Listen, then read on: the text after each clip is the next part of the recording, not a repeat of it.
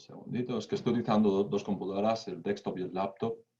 Entonces ya he empezado a grabar y bueno, entonces empezamos con la introducción.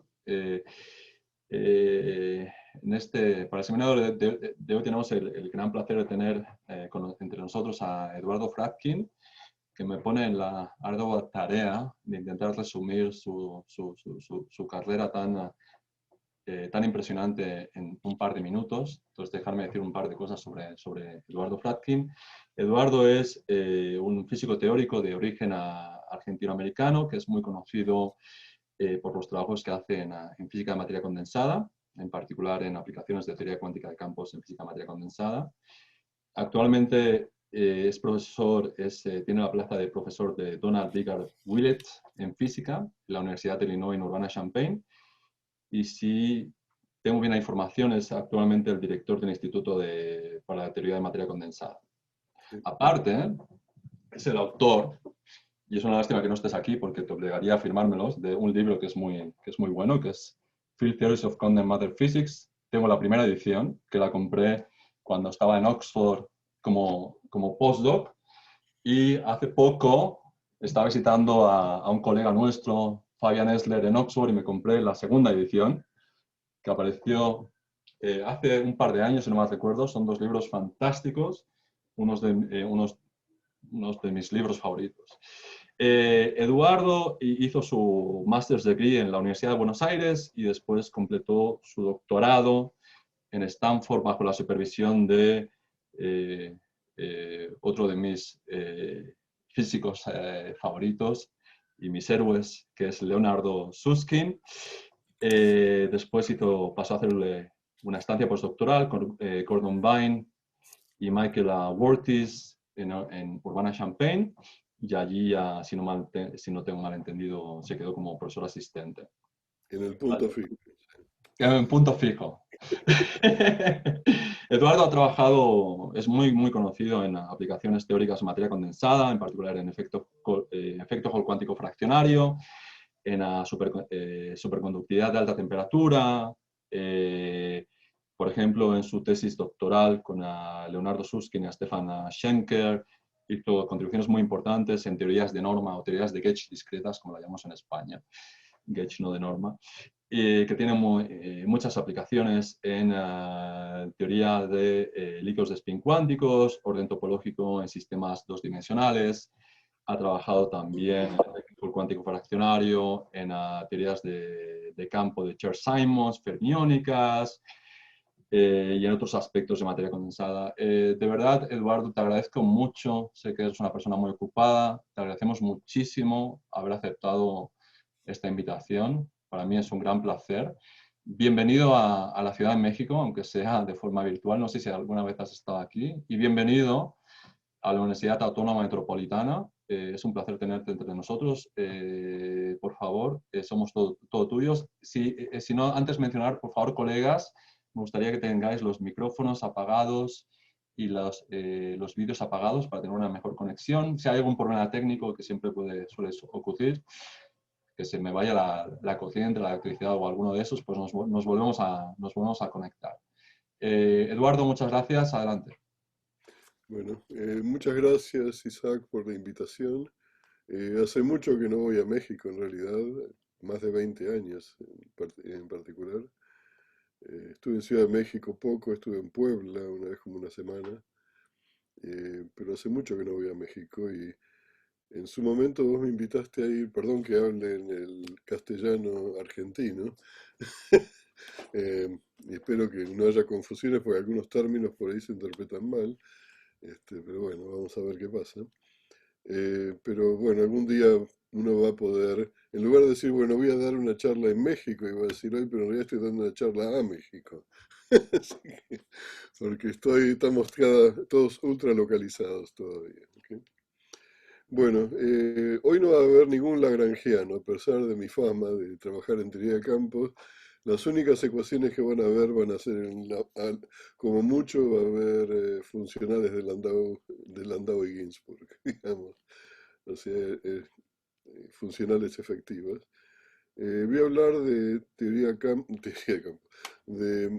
teoría de sistemas de superconductores de alta temperatura, en particular de unas fases superconductoras nuevas que han, eh, por lo menos nosotros hemos sugerido, y mucha evidencia en estos sistemas que se conocen como ondas de densidad de pares, y el concepto de órdenes entre tejidos, no sé cómo traducir la palabra intertwine, pero yo diría entre tejidos, podrían ser entrelazados, pero entrelazados es otra cosa, en superconductores de alta temperatura. ¿Puedo explicar qué es lo que queremos decir por eso?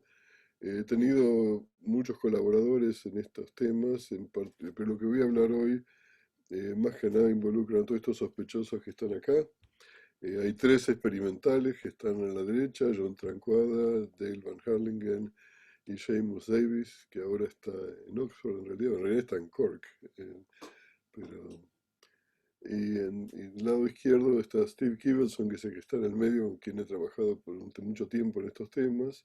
Eresberg y Yuxuan Wang. Los órdenes no corresponden al orden de aparición. ¿Ok? Bueno, entonces vamos a comenzar. No sé cuál es el área digamos, en la que trabaja la gente que está en la audiencia, así que voy a tratar de hacer una introducción un poco general al principio. Vamos a hablar del problema, de cuál es el problema de los superconductores de alta temperatura, en qué consiste el problema y por qué, a pesar de que fueron descubiertos en 1986, todavía no hay una teoría completa a pesar de los muchos avances que se han hecho. Eh, un, un escenario que se ha usado con mucha frecuencia en este contexto es la teoría de órdenes que compiten, y les voy a explicar por qué nosotros pensamos que ese concepto en realidad no es adecuado para describir lo que se ve en la práctica, en los experimentos, en estos sistemas, y por ese motivo eh, inventamos este término que serían órdenes entrelazados, en el sentido de que son órdenes que aparecen básicamente con la misma potencia, con una temperatura crítica característica que es similar para la mayor parte de ellos, sin necesidad de ajustar parámetros de una manera no natural. Hay un escenario, medio general que nosotros propusimos hace ya casi 20 años, en realidad 20 años, es la existencia en sistemas de alta correlación de una frustración, en una separación de frase frustrada, que da lugar a la producción o a la aparición de fases o de órdenes electrónicos que se asemejan en mucho a los cristales líquidos clásicos, excepto que estos son cuánticos. Estos sistemas en particular son fuertemente anisotrópicos en el sentido que son cuasi bidimensionales. Los factores de anisotropía a veces son un factor del orden de 100. Y la onda de densidad de pares en cierto modo es el prototipo de estos órdenes entre tejidos, por motivos que van a ver. Bueno, ¿qué es un superconductor? Vamos a empezar por el jardín de infantes, digamos, o por el jardín maternal, como quieran llamarlo. La superconductividad, como saben, fue descubierta por Kamerlingh Onnes en Leiden en 1911.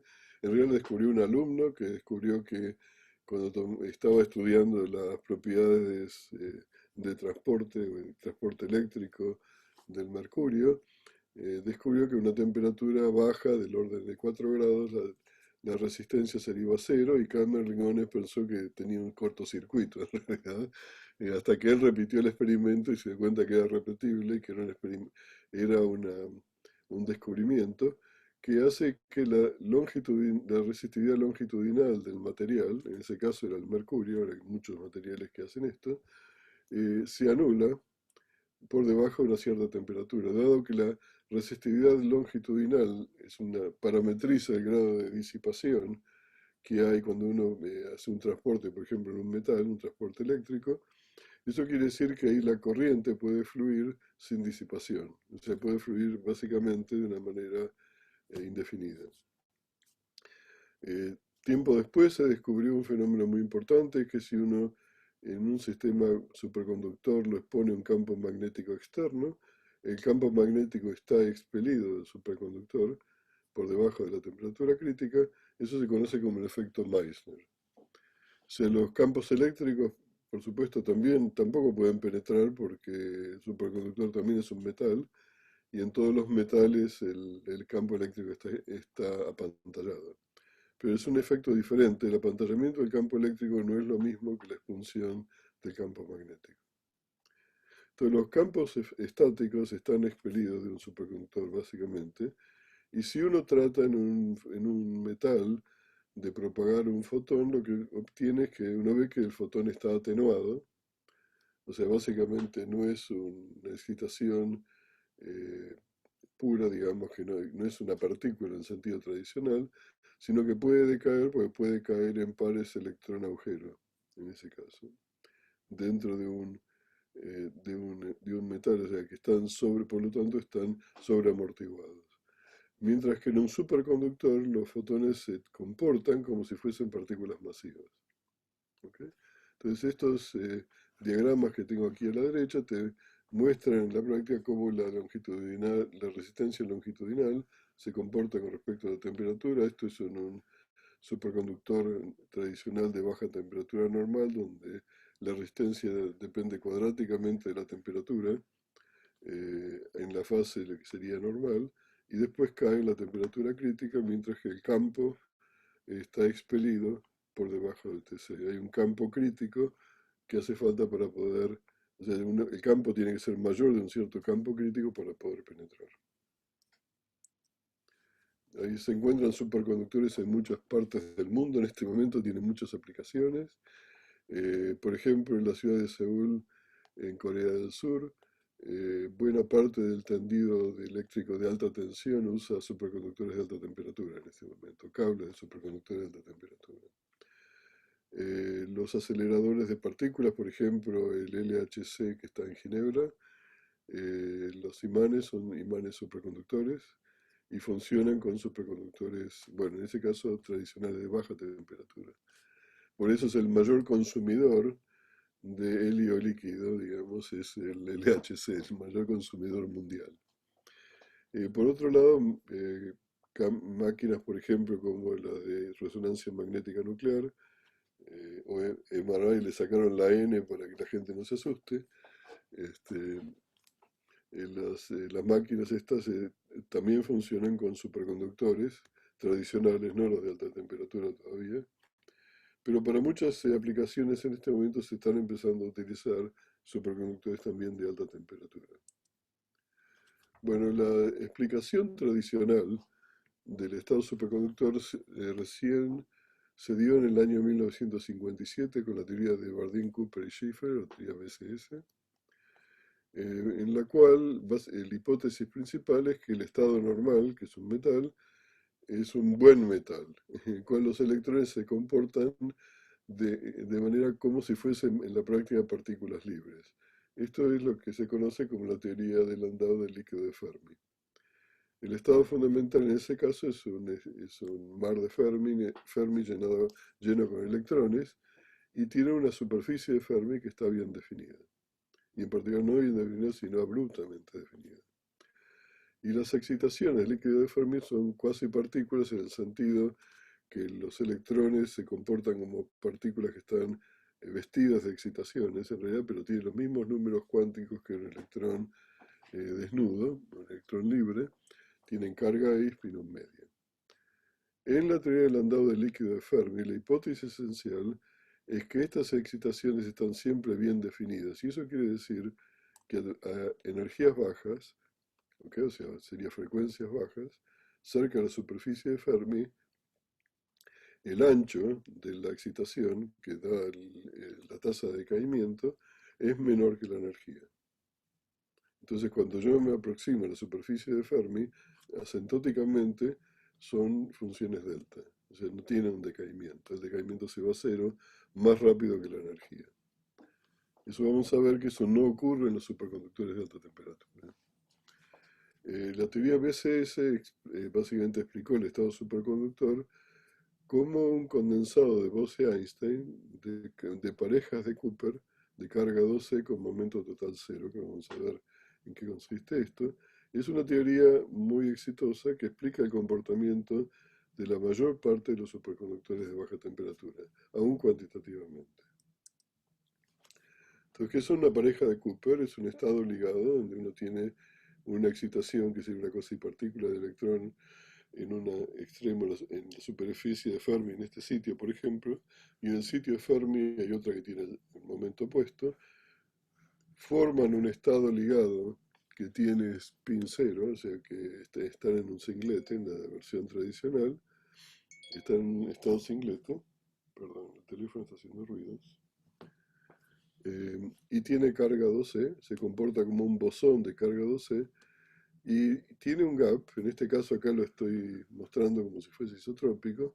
Un gap quiere decir que cuando hay una condensación aparece un gap en el espectro de electrones, de los fermiones, que en principio depende del momento.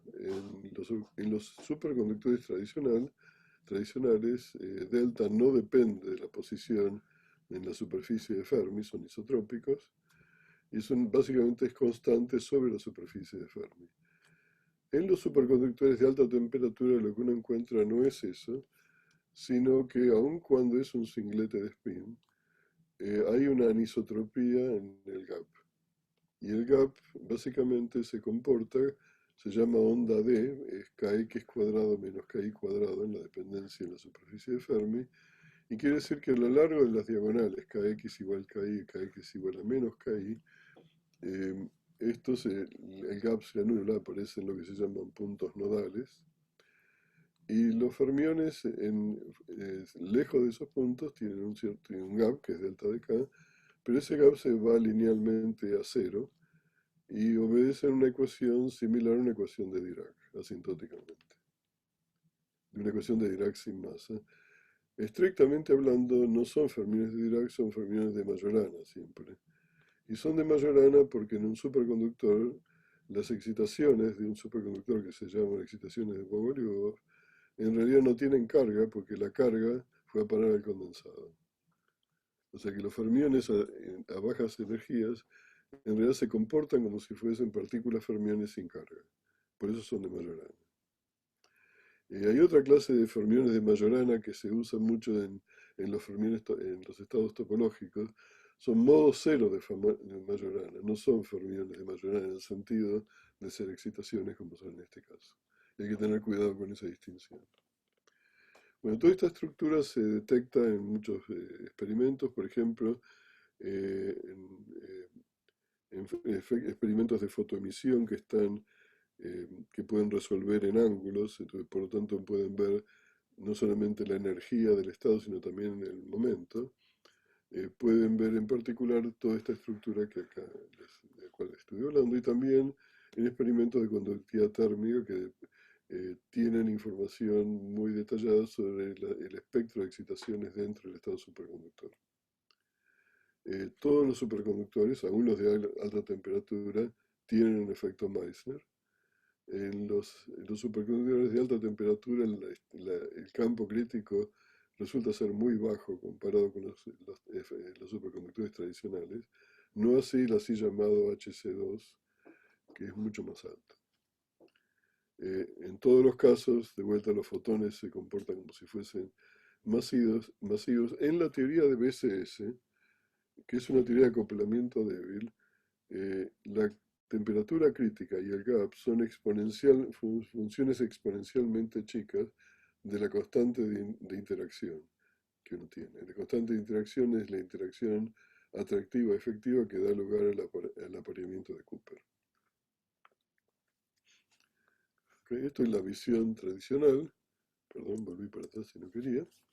La descripción fenomenológica de la teoría de superconductor, cualquier superconductor, se puede hacer como en cualquier transición de fase, escribiendo una funcional de energía libre de Landau y Ginzburg. Entonces vamos a llamar delta de R al parámetro de orden que mide la amplitud de la pareja de Cooper, y tiene una parte que depende, el primer término depende del gradiente. El parámetro kappa que tengo escrito aquí adelante es algo así como una rigidez superconductora. Después dependen de términos que son cuadráticos y cuárticos. Fíjense que delta es en realidad un campo escalar cargado, y por lo tanto es complejo, que tiene carga 2. Entonces, si yo esto lo acoplo a un campo electromagnético, esta derivada pasa a ser la derivada covariante por un campo de carga 2. El término cuadrático tiene un prefactor que depende linealmente en la distancia al punto crítico y que cambia de signo cuando uno está por debajo del punto crítico con respecto por arriba. Y acá me comí un corchete que tendría que cerrar. ¿Okay? Visto de esta manera, la Landau-Ginzburg, uno describe el superconductor no en términos de las cuasipartículas de los electrones, sino de una especie de campo, entre comillas, fundamental efectivo, que es el parámetro de orden, que es en realidad una especie de objeto compuesto, porque es la amplitud de un par, un par fermiónico. Como delta es una función de la posición, se puede escribir en términos de una amplitud y una fase, porque es una función, es una función compleja, y esta fase en principio puede fluctuar. En el estado fundamental, la fase habitualmente es constante, excepto en casos que vamos a discutir, por lo general es constante, y una de esas fases constantes se llama un gauge, en donde la fase es cero, eso se conoce como el gauge de London, tradicionalmente. Para los particulistas en la audiencia, este campo es la amplitud de lo que es el equivalente de lo que se conoce como el campo de Higgs, y la fase es el bosón de Goldstone, que el campo electromagnético se come, digamos, cuando está presente. Bueno, ¿por qué la superconductividad a alta temperatura es distinta? ¿En qué sentido es distinta? En primer lugar, son materiales que son fuertemente cuasi bidimensionales, contrariamente a los otros materiales normales. La fase que uno llama normal, o sea, el metal, no es un buen metal. ¿En qué sentido? Las cuasipartículas electrónicas, en primer lugar, no están bien definidas. En general, el ancho del estado, aunque se va a cero a medida que uno se acerca a la superficie de Fermi, se va a cero más lentamente que la energía. Mientras que en un superconductor tradicional, un metal tradicional, es al revés. Entonces quiere decir que en el fondo las cuasipartículas nunca están bien definidas, ni aún en la superficie de Fermi. Entonces ese sentido es distinto. Por otro lado, las cuasipartículas tienen un camino libre medio, que puede tener varios orígenes. Puede venir del scattering, que no tiene una traducción natural en el castellano, dicho sea de paso. El scattering con impurezas o entre electrones. En un metal tradicional, el camino libre medio es mucho más grande que la distancia media entre los electrones que participan de la conducción. Aquí esto no ocurre y el camino libre medio por lo general es mucho más chico que la distancia media entre partículas. Y eso tiene que ver con el hecho de que las interacciones son fuertes. O sea, aún en sistemas más puros esto ocurre, entonces por lo tanto esto da una violación de lo que se conoce como el criterio de Joffe y Rigel, y ese criterio es el que dice cuán bueno es el metal, esencialmente. Entonces, la teoría de metales tradicionales supone que el criterio de Joffe-Rigel se satisface y el camino libre medio es grande comparado con la distancia media entre partículas. Y acá eso no se da.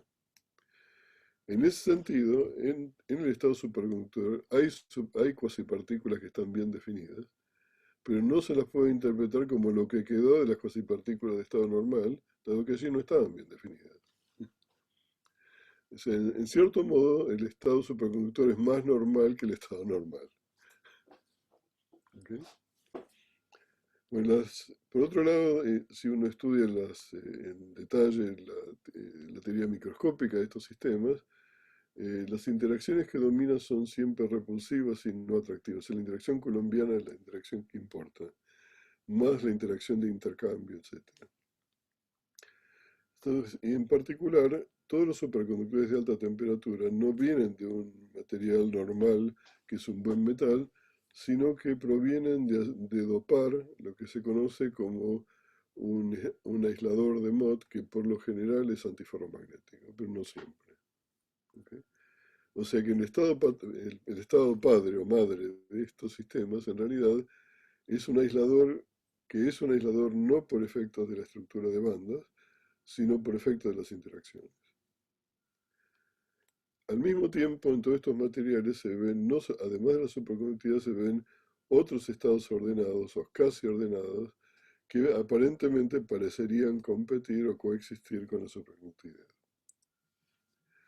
Bueno, en el año 1998, ya con Kibelson y Emery, propusimos un análisis diferente del comportamiento de estos materiales, diciendo, bueno, si un superconductor de alta temperatura en realidad se origina de dopar un aislador de Mott, que en este caso sería antiferromagnético, como es en los cupratos.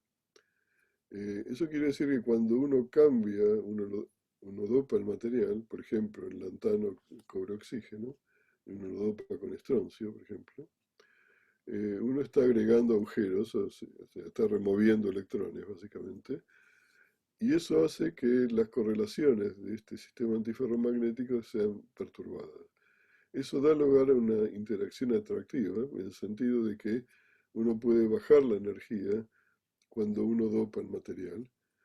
Y originariamente en cálculos exactos, de diagonalización exacta en sistemas pequeños, este efecto se lo confundió con la superconductividad, porque veían que si ponían dos agujeros la energía bajaba si estaban juntos, comparado si estaban separados, pero si habían cuatro también bajaba más, y seis y bajaba más todavía, con lo cual en realidad uno está describiendo una especie de separación de fases, o sea, como si hubiese regiones del material en donde hay muchos agujeros y regiones del material donde hay pocos agujeros. Por supuesto, esto tiene un problema, los agujeros tienen carga y por lo tanto tienen una interacción coulombiana entre ellos. Además está el efecto de la energía cinética. La repulsión coulombiana y la energía cinética frustran esta tendencia a la separación de fase. Y esto da lugar a una cantidad de fases posibles que son, en general, son no homogéneas y son anisotrópicas, que pueden o no tener su superconductividad. Esta fase nosotros le dimos un nombre, la llamamos fase de cristales líquidos electrónicos. A mí me gusta hacer el chiste, decir que son las fases anisotrópicas de partículas puntuales, en el sentido de que forman fases características de, por ejemplo, de cristales líquidos, como pueden ser cristales, estados nemáticos, una fase que se le llama de stripes o franjas, que la tenemos que llamar esméctica en el sentido de los cristales líquidos, así como fases uniformes. Por ejemplo, la fase nemática, que ahora se ha documentado en muchos de estos materiales, es básicamente a nivel del parámetro de orden muy similar a lo que ocurre en un cristal líquido, por ejemplo, lo que están en los píxeles de nuestras computadoras que nos permiten visualizarnos en este momento, eh, excepto que en ese caso son moléculas que tienen forma esencialmente, bueno, no de lapicera, pero son unidimensionales y son muy, o sea, tienen una dirección preferencial. Mientras que acá esto simplemente ocurre por efectos dinámicos, ¿okay? Por efecto de la separación de fases. Basado en este análisis, acá no sé por qué esto se paró. Ay, ay, ay. Perdón, vamos a empezar de nuevo.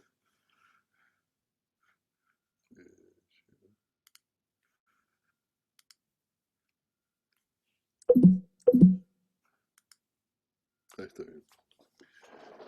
Entonces acá ven el ejemplo, por ejemplo, un cristal, dado que en realidad estos sistemas ocurren con una red que habitualmente es cuadrada, los agujeros tienden a formar una especie de red en principio cuadrada cuando están muy separados, que rompe tanto la invariancia translacional como la rotacional.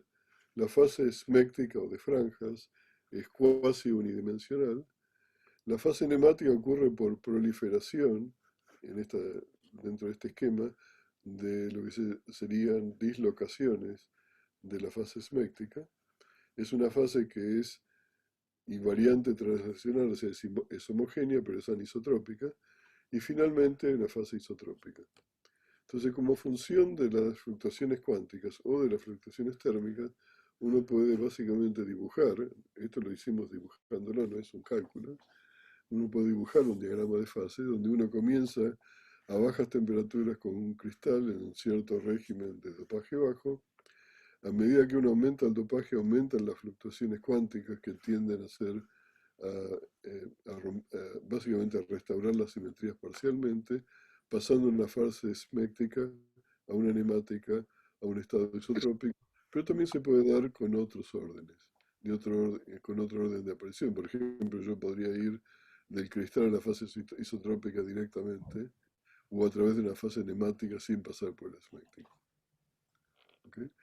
En la práctica, si uno supone que estos objetos cuasi unidimensionales son buenos conductores de carga a lo largo de estas stripes o franjas, en ese caso uno puede mostrar que todo este sistema puede transformarse en una especie de superconductor por efecto esencialmente de túnel de parejas de Cooper.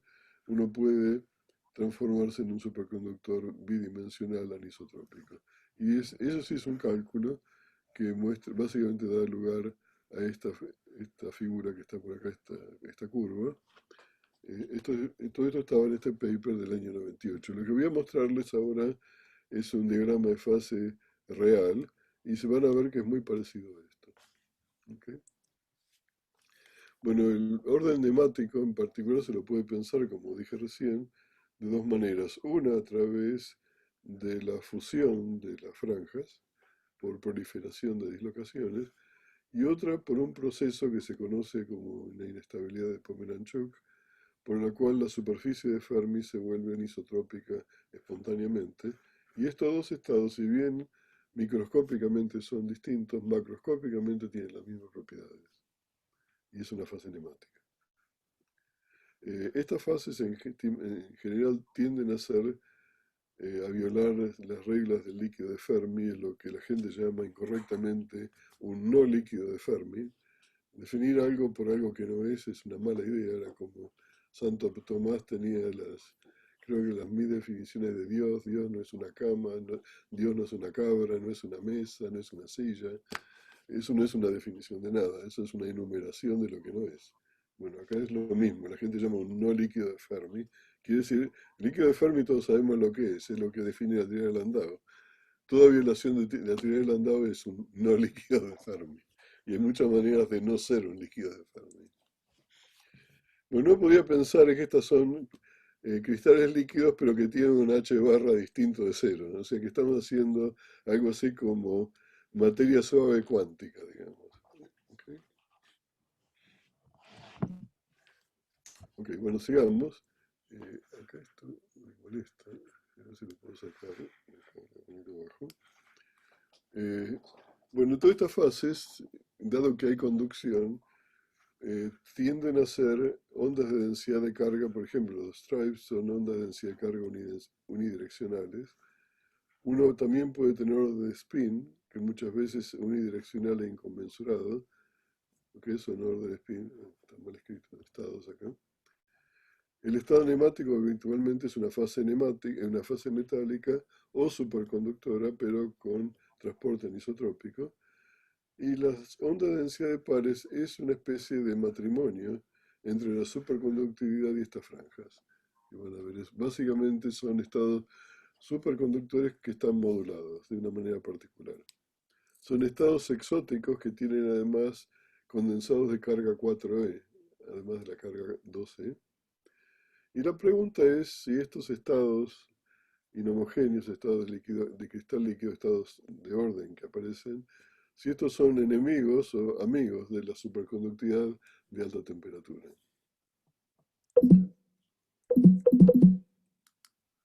Okay, bueno, ¿qué es lo que se ha visto hasta ahora en estos materiales? Por ejemplo, los materiales que se han estudiado más son uno que se llama habitualmente LBCO, que es lantano, bario, cobre, oxígeno. Este es el superconductor original donde se descubrió la superconductividad de alta temperatura en 1986. Y en realidad, por mucho tiempo, por razones diversas que vamos a ver en un momento, se dejó de estudiar por muchos años. El más estudiado es IPCO, que es itrio, bario, cobre, oxígeno. Es probablemente el que tiene las mejores muestras, entre comillas, en el sentido que está más caracterizado. Y hay un material que no es tan bueno, pero es mucho más bidimensional, que es este que la gente lo llama visco, que en castellano suena raro. No es porque tenga los ojos cruzados, sino es porque bario, estroncio, calcio, cobre, oxígeno, ¿ven? Es complicado. Y en todos estos sistemas se han visto órdenes de carga y de spin usando diferentes técnicas, como orden, por ejemplo, scattering neutrones inelásticos, también con rayos X, estados nemáticos y de franjas o esmécticos se han visto mucho en VISCO, vamos a llamarlo así, en IPCO y en otros.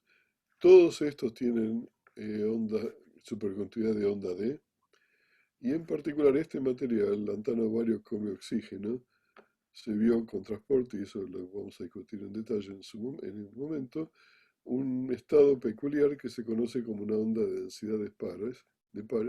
Eso también aparece en los estados más genéricos del grupo este del lantano, que son lantano, estroncio, cobre, oxígeno, en campos magnéticos relativamente fuertes. Y lo notable de este caso es que, salvo el antiferromagnetismo, la temperatura crítica de todos estos órdenes, incluyendo la superconductividad, es básicamente del mismo orden de magnitud. Y esto es distinto de lo que uno espera cuando los órdenes compiten, donde habitualmente hay un orden que es grande, tiene una TC alta, y el resto de los otros, si es que existen, tiene TC muy baja, a menos que uno esté muy cerca de un punto multicrítico que requiere habitualmente controlar varios parámetros al mismo tiempo, mientras que esto acá ocurre genéricamente. Bueno, un esquema, digamos, por ejemplo, esto sería NIPCO, un esquema del diagrama de fase está dado acá. Esta es la superconductividad de onda D, que tiene esta estructura particular. Acá hay una orden de densidad de carga que es incipiente, en el sentido que es de corto alcance en ausencia de campos magnéticos. Cuando un campo magnético está presente y es suficientemente alto, se vuelve de largo alcance, pero acá aparece como un agujero en esta curva de la temperatura crítica, donde se hace mucho más baja, se hace muy pronunciada la supresión de la DC. Aparece un estado nemático electrónico. Acá siempre hay lo que se llama un metal malo, de los que discutimos antes. De hecho, se ve la famosa resistividad lineal en todo este régimen que está por acá, y acá se ve el antiferromagnetismo. Esto es característico de todos estos sistemas. Entonces, en la teoría de Landau, uno puede tener varios parámetros de orden, uno puede tener varios órdenes, pero por lo general van a competir. Hay términos bicuadráticos, que si la constante del parámetro es positivo, la constante de acoplamiento, llamémosla, en ese caso compiten, pero si es negativo, cooperan. Pero para tener un estado, un régimen donde la temperatura crítica es muy parecida, hay que ajustar varios parámetros de la teoría de Landau para que esto sea así, y en el sistema físico también. Entonces, estos puntos multicríticos, donde uno tiene al mismo tiempo orden de carga, de spin, neumático, superconductor, imagínense la cantidad de parámetros que tengo que ajustar para que todas las temperaturas críticas sean parecidas. Así que esto evidentemente no es una buena descripción. ¿Okay? Bueno, este es lo que... Bueno, vamos a saltear esto. Entonces la pregunta es por qué estos órdenes son comparables, si se quiere, en su naturaleza, en la temperatura crítica, etc. Esto sugiere en realidad de que estos órdenes tienen un origen físico común, que a nivel local, digamos, la energética es tal que uno podría preferir cualquiera de estos órdenes, y que pequeños cambios en el hamiltoniano hacen que uno o el otro sea más favorable. Esto se ve, por ejemplo, a nivel experimental, en efectos de túnel de STM, que sería microscopía de túnel, se lo llama esto, donde se ven justamente órdenes neumáticos y de stripe en el medio del estado superconductor, sobre un régimen muy grande de temperaturas, campos y voltajes. Y esta fenomenología es natural desde el punto de vista en un aislador de Mott dopado, en el sentido de que corresponde a la idea de una separación de fase frustrada. Hay otros materiales donde esto se ve, por ejemplo, en menor medida, pero se ve también en los superconductores basados en el hierro, que se conocen como los neckties muchas veces, y también en los fermiones pesados. Bueno, vamos a hablar del lantano LBC o lantano bario cobre oxígeno. Este es el diagrama de fase experimental. Entonces uno tiene como función del dopaje, acá no estoy incluyendo el antiferromagnetismo que está a dopaje cero, a uno tiene la temperatura crítica superconductora. El problema es que yo soy daltónico y no sé, no puedo diferenciar el rojo del verde muchas veces. Pero esta línea punteada, esta curva que hace así, es la temperatura crítica del superconductor. Como ven, se hace muy baja a un octavo, cuando es 0.125, 12,5%, donde vale del orden de 4 Kelvin, una cosa por el estilo, mientras que acá es del orden de 35. Y lo mismo, o sea, tiene como dos, es como un camello bactriano, esto tiene dos jorobas. ¿Okay? En este régimen intermedio se ve una cantidad de órdenes interesantes. Por ejemplo, aparece un orden de carga que es unidireccional, es como una onda de densidad de carga, o un stripe, que aparece en este régimen. A temperaturas un poco más bajas se parece el orden de spin, pero en todo este régimen hay fluctuaciones superconductores y hay un orden de superconductor muy peculiar. Entonces uno puede verlo, por ejemplo, en este esquema que está acá a la izquierda.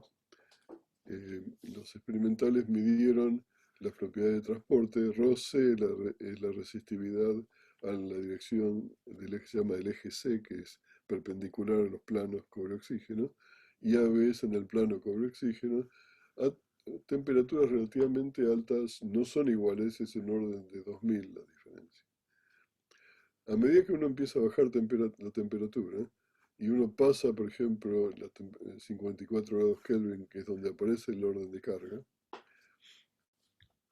la resistividad longitudinal en la dirección del eje C que empieza a crecer ligeramente, lentamente, pero en el eje AB básicamente se mantiene constante, con lo cual el cociente aumenta. Pero cuando aparece el orden de spin, la resistividad del eje C sigue subiendo, pero en el eje AB empieza a decaer, a bajar rápidamente, yo diría casi como un ladrillo. Y básicamente se empieza a ir a cero en un régimen que va desde los 35 Kelvin hasta los 16, donde el sistema se comporta como si fuesen estados casi, son bidimensionales, que son casi superconductores, y se vuelven superconductores alrededor de los 16 grados Kelvin. Pero es superconductividad en el plano, pero no entre planos. Y cuando uno fue al jardín de infantes, a uno le enseñaron que existe un fenómeno que se conoce el acoplamiento de Josephson, que hace que si uno tiene planos que son superconductores, el túnel de parejas de Josephson, de pares de Cooper, produce un efecto Josephson que hace que todo el sistema se vuelva superconductor. Esto acá no ocurre. En realidad, en el eje C, lo que se conoce como la transición resistiva, aparece recién a los 10 grados Kelvin, fíjense, bastante más abajo, y el efecto Meissner recién a 4. Pero hay todo un rango de los 35 Kelvin hasta básicamente 10 Kelvin, donde es como si fuese superconductividad bidimensional por algún motivo, sin que nadie lo haya pedido. O sea que en realidad no es que no haya superconductividad, no hay superconductividad uniforme que recién aparece después cuando el estado Meissner se establece, que es aquí abajo. Pero en todo este régimen hay superconductividad, de todos modos. Okay, esto es básicamente Es este fenómeno, digamos, la gente lo llama eh, el desacople dinámico de los planos. El problema es cuál es el origen de esto. Entonces nosotros propusimos, hace un poco, en el 2007, que en realidad en este régimen lo que hay, o sea, ¿por qué es que no hay orden tridimensional? Algo está frustrando, si se quiere, el túnel, el efecto Josephson. Algo está haciendo que no sea posible. Y para eso hay que buscar una simetría que haga que se haga cero. Entonces lo natural es decir, bueno, quizás el estado superconductor que se establece en los planos tiene una simetría tal que suprime el efecto Josephson, por lo menos en una enorme medida. Entonces acá, por ejemplo, tenemos un esquema. Entonces imaginémonos que tengo localmente un estado superconductor de onda D, quiere decir que la amplitud, por ejemplo, que acá está escrita en negro, de la pareja de Cooper tiene un cierto signo en el eje X y el signo opuesto en el eje Y. Y si me voy a una región vecina, estos están rotados, lo que se llaman los lóbulos de la pareja de este estado de onda D, rotan respecto a uno con respecto al otro, y eso hace que tengan un cambio global de signo, que la fase relativa cambia en pi. ¿Ok? Entonces eso uno lo puede describir como un estado en donde el estado superconductor no es uniforme, sino que oscila, por ejemplo, de esta manera. En las regiones donde la superconductividad es débil o inexistente, ahí uno puede poner, por ejemplo, los espines. Y en este caso uno ve que el orden de los espines tiene la misma eh, periodicidad que el orden del superconductor. ¿Lo ven por esto? Pero la carga tiene la mitad. Entonces esto ya, en realidad, estado de ese estilo, o sea, este estado tiene superconductividad, orden de carga y orden de spin, los tres al mismo tiempo. ¿Ok? Entonces, en ese sentido están entretejidos, aparecen al mismo tiempo. Eh, Estados de ese estilo se encontraron usando métodos variacionales de Monte Carlo, por el grupo de Ogata, en 2004 y usando argumentos de campo libre en el 2007 por Paul Blanc y colaboradores. El problema es que son todos cálculos que uno saca lo que uno pone. Entonces, uno no sabe si este estado es mucho mejor o mucho peor que otros. Hay cálculos recientes que usan métodos que se conocen como de tensor networks o de redes tensoriales, el método de IPEPS, que está acá, de Corbos y compañía, donde lo que encuentran es que este estado y el estado uniforme tienen energías muy parecidas, que el estado uniforme gana, pero solamente en el cuarto decimal de la energía. Entonces, cualquier pequeña interacción, cualquier perturbación puede hacer que este estado aparezca. Y eso es probablemente lo que está ocurriendo. Entonces, vamos a ver cuál sería la teoría de Geertz von Landau de este problema, de Landau-Ginzburg. Ahora tengo una onda de parejas de Cooper, en realidad. Y esta onda tiene, quiere decir, es un campo, esta es una función compleja de la posición. Y eso es periódico, o sea, tengo que hacer un desarrollo de Fourier alrededor de lo que sería el vector de onda de orden, de eso, vamos a llamarlo Q. Uno puede tener Q o menos Q, que sería lo opuesto. Pero estas dos funciones, como esta es una función compleja, estas dos funciones, delta Q y delta menos Q de R, que varían lentamente, no son el complejo conjugado uno del otro, sino son dos parámetros complejos e independientes. O sea, en este sistema, en lugar de tener un parámetro de orden que tiene un campo escalar complejo, tiene dos. O sea, tiene dos amplitudes y tiene dos fases. ¿Ok? Y eso es importante. Por otro lado, el orden de carga lo podemos llamar que sería la componente de Fourier de vector de onda K de la densidad de carga. Tiene un vector de onda K que vamos a ver, está relacionado con esto de una manera particular. Y también uno puede hacer lo mismo con el orden de spin. Bueno, ¿cuál sería la funcional de Ginzburg-Landau? Bueno, tiene los términos cuadráticos y cuárticos habituales. O sea, tiene términos cuadráticos que son como los que le mostré antes. Tiene un término del gradiente, del término del cuadrado y el cuártico. Hay un término bicuadrático que uno puede escribir, etc. Pero además de eso, hay términos cúbicos que están permitidos siempre y cuando haya una condición de conmensurabilidad mutua entre los órdenes. Entonces, por ejemplo, si yo tengo la onda de densidad de carga de vector de onda k y la onda de densidad de pares de vector de onda q, esta expresión es invariante de gauge, con esta asignación de complejos conjugados, siempre y cuando k sea igual a 2q. Y en ese caso, esto es compatible con la invariancia traslacional. Entonces, en ese sentido, uno puede tener varios órdenes acoplados entre sí. Dentro de este esquema, uno va a tener una gran cantidad de parámetros que hay que ajustarlos para que las temperaturas críticas sean parecidas. Así que esto a nivel de la teoría de Landau sigo teniendo este problema.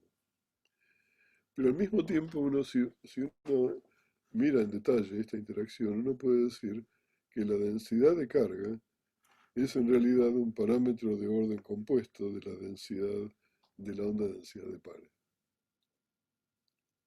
O sea, dada que si tengo una onda de densidad de pares, automáticamente voy a tener una onda de densidad de carga.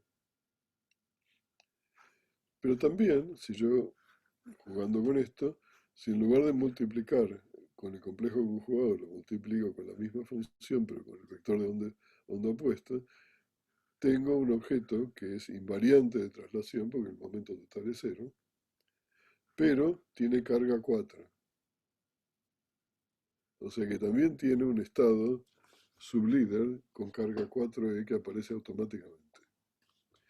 Esto de por sí ya sugiere que este sistema va a tener una fraccionalización del cuanto de flujo. ¿Okay? Así que esto vamos a mirar lo importante. Y si además de eso hay una coexistencia con una fase uniforme, como sería en este caso, tiene que haber también una onda de densidad de carga, pero con el mismo vector de onda que la onda de densidad de pares en lugar de ser el doble, como es acá. Bueno, estas consideraciones que son puramente consideraciones de simetría, uno puede testearlas en un experimento. ¿Okay? Entonces, básicamente son las consecuencias más importantes en los que ya vimos. Hay un condensado de cuartetos también. Tengo una relación con la onda de densidad de carga con un factor de 2 y también con la onda de spin, etc.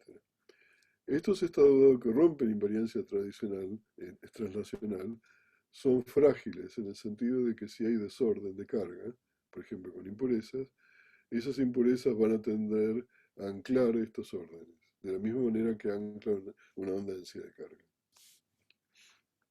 O sea que hay una fragilidad que la superconductividad uniforme no tiene, por invariancia de Gauge. Bueno, también hay algo interesante acá, es hacer el análisis de cuáles son las excitaciones topológicas que esta onda de densidad de pares puede tener. En un superconductor habitual, lo que uno tiene, la única excitación topológica que uno tiene es un vórtice. ¿Okay? Que es un vórtice? Es un estado en donde la amplitud se va a cero en algún lugar en el medio, en el centro, en la región central del superconductor, pero la fase cambia en 2pi en una curva que contiene el punto donde se anula la amplitud. La amplitud. Bueno, estos sistemas son, como les dije, son muy fuertemente bidimensionales y vamos a suponer que tengo una onda de densidad de pares unidireccional, uno podría tener algo más complicado también. Dado que tengo dos fases, puedo construir una fase promedio y una fase relativa, entre la fase de delta Q y delta menos Q. La fase promedio se comporta igual que la fase de un superconductor uniforme, porque es la que se acopla al campo electromagnético. Mientras que la fase relativa se comporta como la fase de una onda de densidad de carga que no es conmensurada, o sea que se puede trasladar. Uno puede hacer la energética de este sistema y va a tener dos parámetros. Uno que es la superfluidez, la densidad, la rigidez del superfluido, el ρS, y el otro creo que sería la rigidez de la onda de densidad de carga, que es proporcional al gradiente de phi al cuadrado. En el caso de un vórtice superconductor, esta fase teta más, que es el promedio, cambia en 2pi, mientras que la fase de la onda de densidad de carga no cambia. Uno también puede tener un estado ligado de un vórtice fraccionario, un medio vórtice, y una dislocación de carga, como vamos a ver ahora. En ese caso, delta teta más cambia en pi y delta phi en 2pi. Y uno puede también tener una dislocación doble, que le voy a dibujar en un segundo, que no tiene efecto en la superconductividad, con lo cual delta teta es 0, pero delta phi es 4pi. O sea que hay tres clases de excitaciones topológicas y uno puede parafrasear la teoría de Costa-Lisistables. La teoría de Costa-Lisistables de la superfluidez, o por lo menos de la transición del estado superfluido o de un superconductor también, se basa en la idea de la proliferación de estas excitaciones. Y habitualmente es un argumento que dice, bueno, uno tiene que calcular la energía libre. La energía libre tiene una parte que es la energía, que es proporcional al logaritmo de la distancia entre estas excitaciones, porque la interacción es logarítmica, todas estas lo son, y al mismo tiempo hay una entropía que es logarítmica, porque uno puede poner el vórtice en cualquier parte, entonces el logaritmo del número de estados accesibles también es proporcional al logaritmo del tamaño del sistema. Cuando esta energía libre se hace negativa, uno dice que uno tiene transición. Eso es el equivalente de decir que cada una de estas excitaciones se vuelve marginal en ese punto. Bueno, ¿qué es un medio vórtice? Un medio vórtice es esto, es una dislocación del orden de carga que estoy describiendo acá. El signo del superconductor de la onda de densidad de pares cambia, como les mostré, en un periodo cambia de positivo a negativo. Entonces va a ser más, menos 2, 0, pi, 0, pi, 0, pi. Pero si tengo una sola dislocación, acá hay un defecto de fase que es equivalente a un medio vórtice. O sea que eso quiere decir que la dislocación del orden de carga viene equipado con un medio vórtice de entrada. Es como un estado ligado. Pero si yo tengo una dislocación doble, como en el caso acá a la derecha, no hay ningún problema porque uno puede pasar de 0 pi, 0 pi, sin que haya ninguna inconsistencia. Porque acá o va a ser 0 o va a ser pi. En todos los lugares. Entonces, por eso la dislocación doble no ve la superconductividad. Uno puede hacer un análisis a la costa. Estoy yendo al revés acá. ¿Por qué estoy yendo al revés? Ahí va.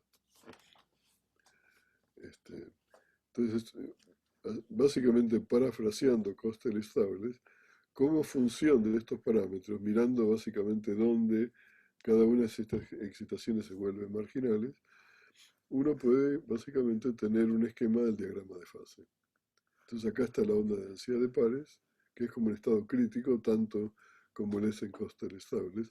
Acá agregué la posibilidad de que a bajas temperaturas haya también un estado uniforme, en cuyo caso la fase delta teta más se vuelve la fase del superconductor tradicional. Y en realidad el medio vórtice queda prohibido por razones energéticas en este caso. Pero una vez que no hay superconductividad uniforme, y no está acá, uno puede hacer una actividad tipo Coster estables, en donde diferentes transiciones pueden ocurrir. Por ejemplo, la línea punteada vertical que tengo acá correspondería al escenario para el caso de LBCO. Uno pasa de la fase de onda de densidad de pares a una onda de carga, de densidad de carga, a un estado normal, que en este caso es anisotrópico por cómo está hecho, y es neumático. Puedo pasar directamente, proliferando los medio vórtices, o puedo pasar primero proliferando las dislocaciones dobles a un estado uniforme con carga 4e, superconductor, y después por proliferación de medio vórtices, que son los vórtices fundamentales de este estado, puedo pasar al estado, sería normal en este caso. Entonces fíjense que en este caso tengo un diagrama de fase complejo donde todas estas fases aparecen sin necesidad de hacer una sintonización fina de parámetros. ¿Ok? Porque estos están separados naturalmente. Mientras que en la teoría del landau todo esto ocurriría en un solo lugar. Bueno, la evidencia para esto se encontró hace un par de años, un poquito más, por lo menos parte de la evidencia, en experimentos en visco, eh, en presencia en que tiene dentro del estado superconductor uniforme, poniendo un campo electromagnético, un campo magnético fuerte que produzca vórtices. Entonces ellos empezaron a estudiar las propiedades de estos vórtices. Y entonces hay una especie de halo que uno puede producir. O sea, más allá, habitualmente lo que sería el núcleo del vórtice es muy chico porque la, eh, la longitud de coherencia es muy pequeña en estos materiales. Perdón, me estoy pasando mucho en la hora porque veo que hay menos gente ahora. No, yo creo que 5 o 10 minutos más, porque empezamos 5 minutos Ok, pasados la hora. bien. Bueno, dado que la longitud de coherencia es muy pequeña, son como cuatro espaciados de la red, lo que uno encuentra es que hay un orden de carga que hace una especie de halo alrededor del vórtice, que van a ver tiene justamente las propiedades necesarias para mostrar que ahí aparece también una onda de densidad de pares. Y en particular porque aparece justamente esta onda, o sea, ellos ven dos clases de periodicidades, una con vector de onda 2Q y otra con vector de onda Q. Perdón, nuevamente es en la dirección opuesta. Bueno, estos son los datos del grupo de Davis. Esto sería el espacio real, esto sería la transformada de Fourier. Este pico que está acá es el orden de carga 2Q. Ellos lo que hacen es túnel de electrones, con lo cual pueden ver la modulación de carga, pero también le aparece el de carga 1. Esto es cerca de un vórtice. Entonces ven los dos órdenes también al mismo tiempo.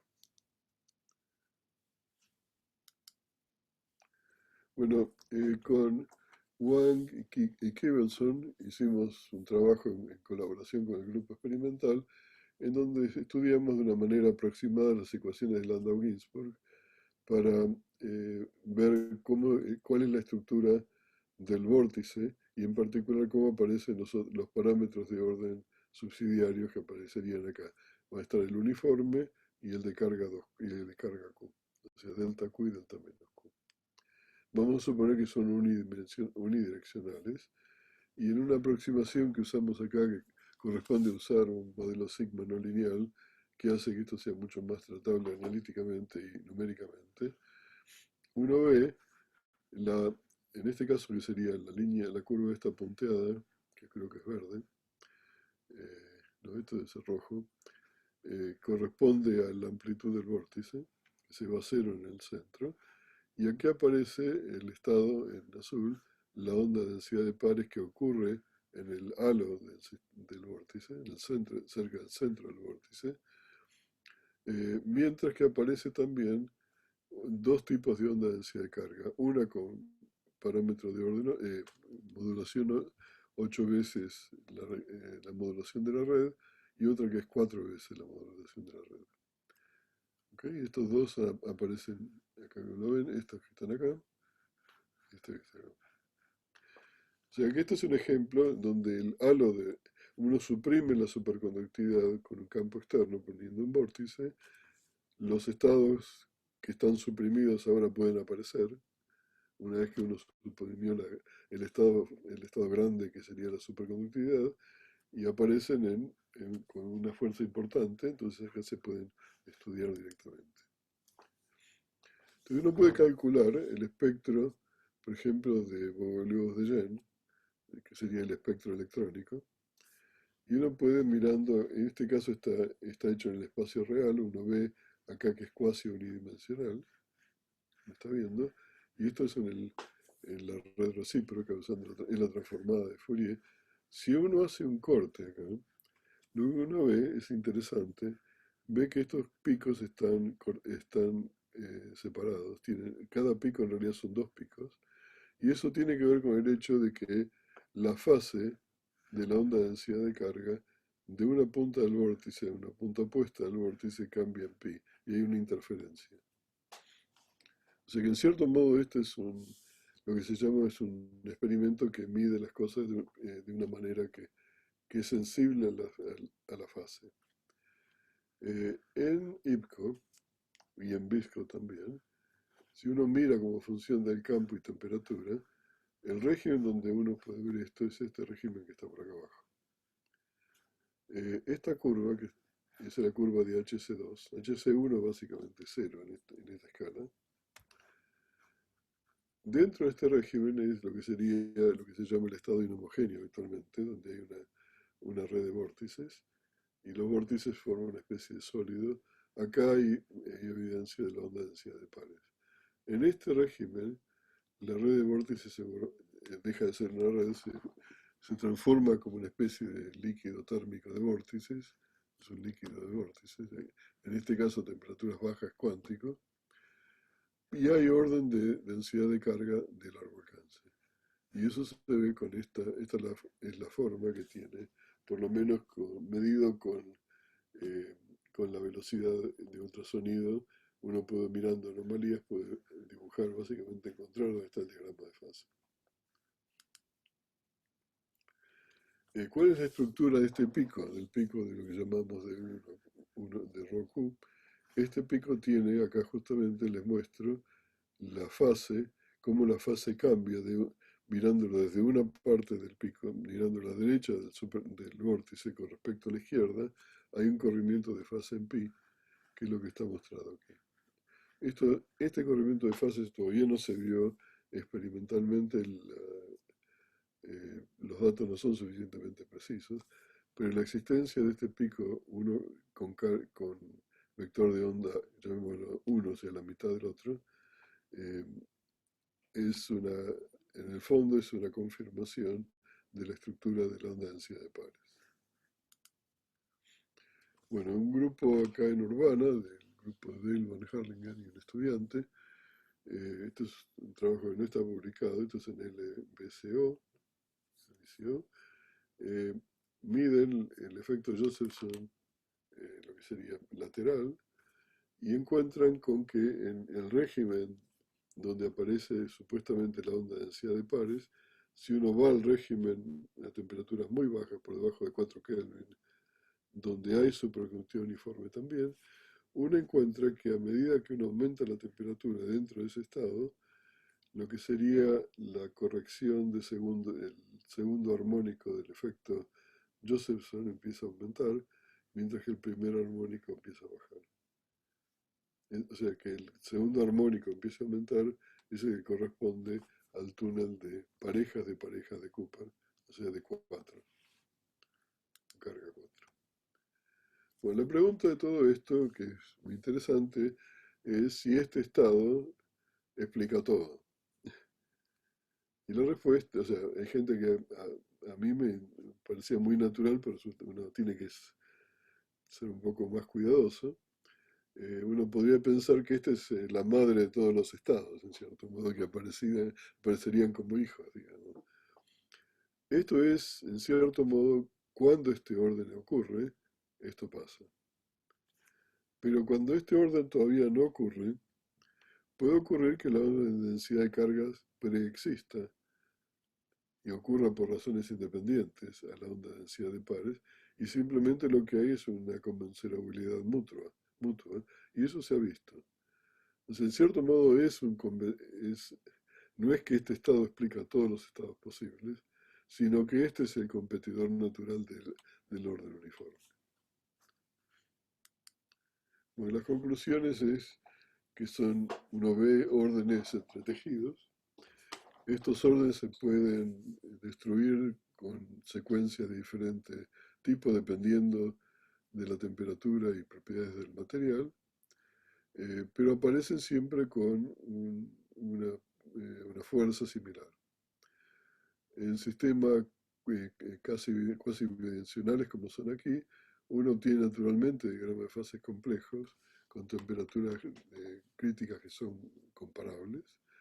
Y la estructura del diagrama de fase, de este punto de vista, es una consecuencia, en realidad, tanto de la interacción fuerte como de la cuasi bidimensional del material.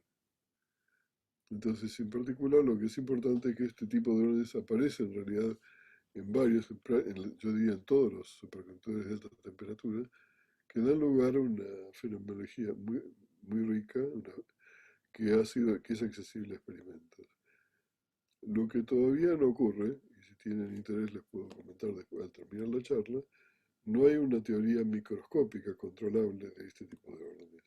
Y es por el hecho de que las interacciones son fuertes.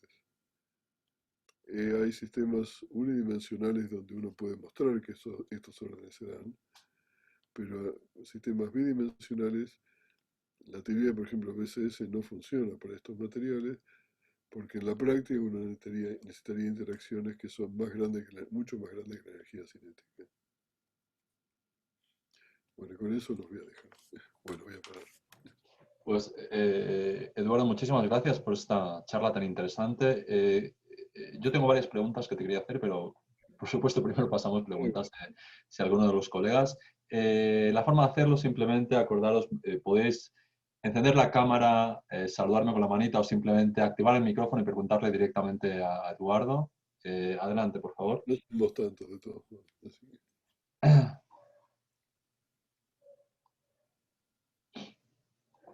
Tenemos muchos estudiantes, Eduardo, y a veces no se animan. Entonces, mientras alguien se anima, déjame que te haga... suelen ser tímidos los estudiantes. Sí. Déjame que te haga un par de preguntas para animar. De hecho, una pregunta, justamente creo que es un challenge que ponías aquí. Y que es la siguiente. En principio, como tú decías, parece que tienes una teoría fenomenológica que funciona muy bien para los cupratos de lantano. Y creo que es solamente para fracción de dopado, que es un octavo, ¿verdad? ¿O es para cualquier fracción de dopado? Bueno, o sea, en los otros regímenes el orden uniforme domina mucho más, pero si uno pone un campo magnético externo, aparece todo este orden Ah, automáticamente.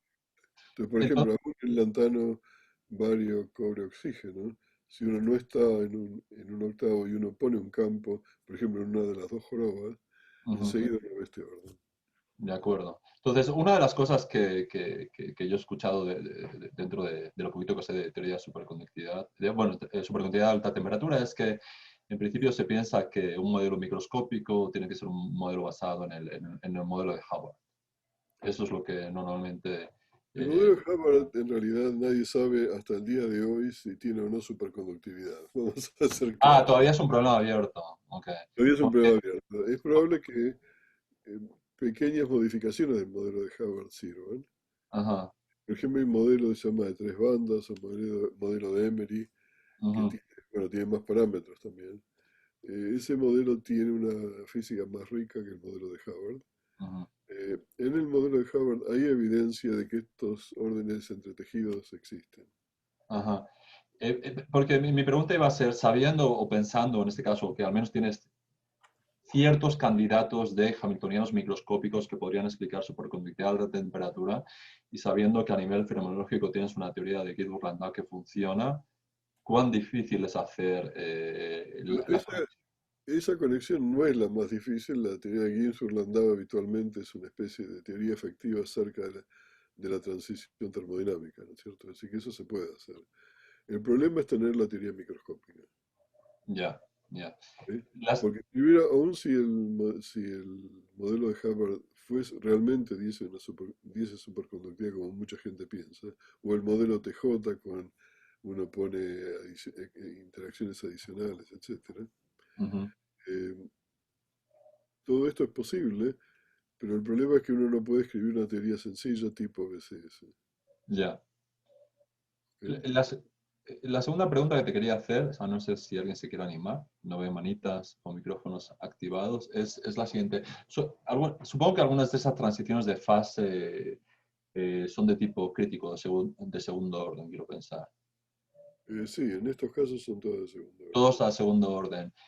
Normalmente cuando uno estudia fenómenos críticos, uno siempre le gusta caracterizar a través de parámetros de orden y Sí, hacer bueno, medidas estos de son parámetros de parámetros de orden, pero en general cuando uno tiene muchos parámetros de orden, típicamente las transiciones suelen volverse de primer orden. Y acá no pasa eso. Esa Ajá. es la diferencia.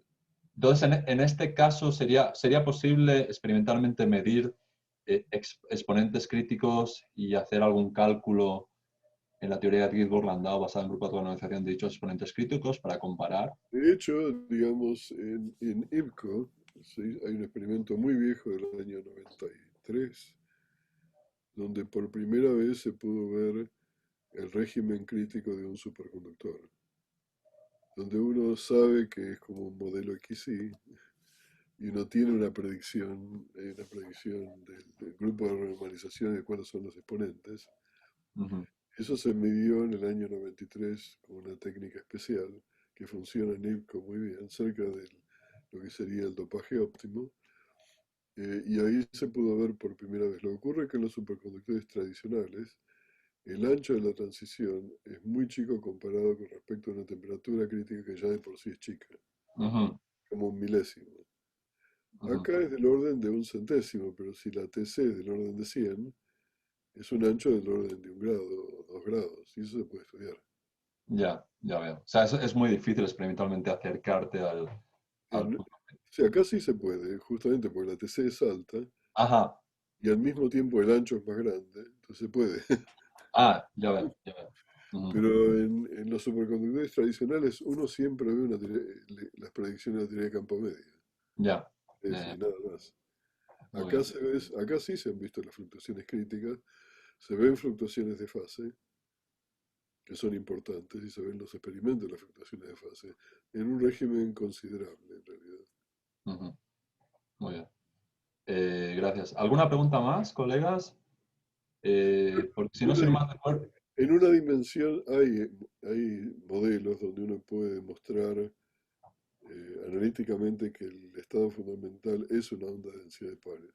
El modelo más sencillo quizás es el modelo que se conoce como el modelo de Kondo-Heisenberg, que es esencialmente una cadena de spin de Heisenberg acoplado por un efecto tipo Kondo Ujú, con un gas de electrones unidimensional. Y ujú. en ese sistema uno puede mostrar que el estado fundamental es efectivamente una onda de densidad de pares. Ya veo. Muy bien. Eh, bueno, ¿alguna pregunta más, colegas o estudiantes? Aprovechando que tenemos a Eduardo aquí que le queráis preguntar. Porque si no recuerdo, Eduardo, tenías que dar clases en breve, ¿verdad? O te las tienes que preparar. Dentro de 1 hora más o menos tengo que dar clase. Muy bien. Necesito descansar antes de la clase, ¿cierto? Sí, pues si no hay preguntas y los estudiantes y los colegas nos animan, Eduardo, pues muchísimas gracias por darnos este seminario, ha sido un gran placer. Esperemos que cuando pase la pandemia, que podamos tener de forma presencial en México, en la Ciudad de México en algún momento. Muchas gracias y Me encantaría. Por favor, avísenme, envíame el enlace de Zoom donde está la grabación. A ver si sí, lo puedo poner en mi sitio. sí, lo voy a hacer. Y si te encuentras a Nigel o a Goldberg, los saludas de mi parte, por favor. Sí. Paul Goldberg en realidad ahora, no sé si ya es, pero creo que ya ahora es el Provost en Stony Brook. Ah, no sé, fíjate, no sabía. Muy bien. Así que hace un tiempo que no está acá, pero bueno. Bueno, muchas Bueno, gracias, Eduardo. Un placer nada, y fue un placer. esperamos que nos vemos pronto. Hasta luego. Gracias a todos, colegas. Buenas tardes. Gusto conocerles.